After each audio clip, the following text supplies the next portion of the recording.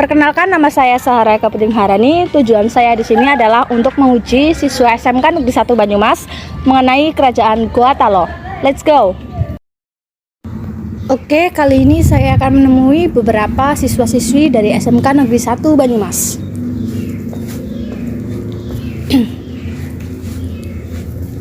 Permisi Kak, maaf mengganggu waktunya. Di sini saya boleh nggak bertanya-tanya seputar Kerajaan Goa Talo? Boleh. By the way, siapa aja nih Kak? Nama saya Elsinta Nur Hairunisa dari kelas 10 TJKT 1. Kalau Kakak? Saya Nur Simah dari kelas 10 TJKT 1. Oke, langsung saja saya bertanya, di mana sih Kerajaan Goa Talo berada? Kerajaan Goa Talo merupakan kerajaan bercorak Islam terbesar di Sulawesi Selatan. Terus nama lain Kerajaan Goa Talo itu apa ya Kak? Kerajaan Goa Talo sering disebut juga sebagai Kerajaan Makassar. Terus mengapa Kerajaan Goa Talo bersatu? Goa dan Talo bersatu atas dasar kesepakatan sehingga rakyatnya tidak memihak siapapun, namun memiliki dua raja yang masing-masing punya wilayah kekuasaan. Oke, sekarang tinggal Kakak ya. Sektor apa sih yang menjadi andalan Kerajaan Goa Talo? Sektor yang menjadi andalan Kerajaan Goa Talo yaitu sektor perairan, karena kerajaan tersebut merupakan kerajaan maritim. Raja Goa Talo pertama yang memeluk Islam itu siapa sih Kak? Di akhir abad ke-16, Sultan Alauddin menjadi raja pertama yang memeluk Islam di Kerajaan Goa Talo.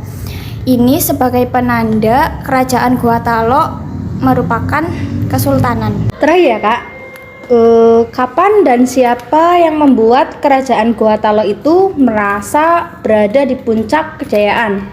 Kerajaan Goa Talo mencapai puncak kejayaannya saat berada di bawah pimpinan Sultan Hasanuddin. Raja Goa ke-16 yang disebut juga pahlawan nasional ini berhasil memajukan dan memakmurkan pendidikan dan kebudayaan Kerajaan Goa Talo. Oke, makasih ya Kak. Maaf ya Kak waktunya. Oke, kita akan mencari siswa-siswi yang lain.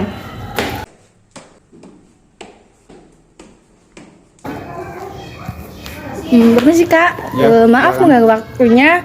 Boleh nggak saya di sini bertanya-tanya seputar Kerajaan Goa Talo? Oh ya, boleh, silakan. By the way, siapa nih Kak namanya? Nama saya Deden Triaditya Kurniawan dari kelas 10 TJKT 1. Oke, saya langsung aja bertanya ya Kak. Ya, Siapa sih julukan Sultan Hasanuddin itu? julukan dari Sultan Hasanuddin itu Ayam Jantan dari Timur. Beliau dijuluki sebagai Ayam Jantan dari Timur itu karena tidak mudah dipengaruhi oleh orang asing. Oke, profesi rakyat Kerajaan Goa Talo itu apa ya Kak? Profesi rakyat Goa Talo itu sebagai nelayan karena Kerajaan Goa Talo termasuk kerajaan yang maritim. Penyebab runtuhnya Kerajaan Goa Talo itu apa ya Kak? Runtuhnya Kerajaan Goa Talo itu disebabkan karena pengaruh dari Belanda, yaitu ketika Aru Palaka itu terpengaruh dan bergabung bersama VOC lalu menyerang Makassar, dan pada saat itu karena perang yang terus berkelanjutan akhirnya menyebabkan Kerajaan Goa Talo menyerah dan terjadi keruntuhan. Oke, makasih ya Kak. Ya, sama-sama. Permisi Kak, maaf mengganggu waktunya. Saya boleh nggak bertanya-tanya mengenai seputar Kerajaan Goa Talo? Ya, boleh. By the way, siapa nih Kak namanya?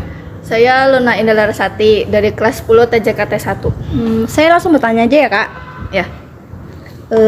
Apa aja sih peninggalan Kerajaan Goa Talo itu? Peninggalan Kerajaan Goa Talo itu setahu saya ada 5. Yang pertama Istana Balalompua, yang kedua Istana Tamalate, ada juga Masjid Katangka, terus ada Benteng Somba Opu, ada juga Benteng Fort Rotterdam. Oke, apa sih yang membuat Sultan Hasanuddin itu menentang VOC? Itu karena VOC menginginkan hak monopoli perdagangan di kawasan Indonesia Timur. Langkah apa sih yang dilakukan VOC untuk mengalahkan Sultan Hasanuddin? VOC itu mainkan rempah-rempah, apalagi dari bagian perairan Sulawesi dan Maluku, karena VOC sendiri itu kan Kongsi dagang yang dibuat oleh Belanda. Oke. Ini betul semua ya kak. Makasih ya kak. Oke, kita sudah mewawancarai sedikit anak-anak dari siswa SMK Negeri 1 Banyumas. Kita cari satu lagi ya. Ayo. Oke, kita akan mencari satu siswa dari SMK Negeri 1 Banyumas. Kita mencari satu siswa lagi ya.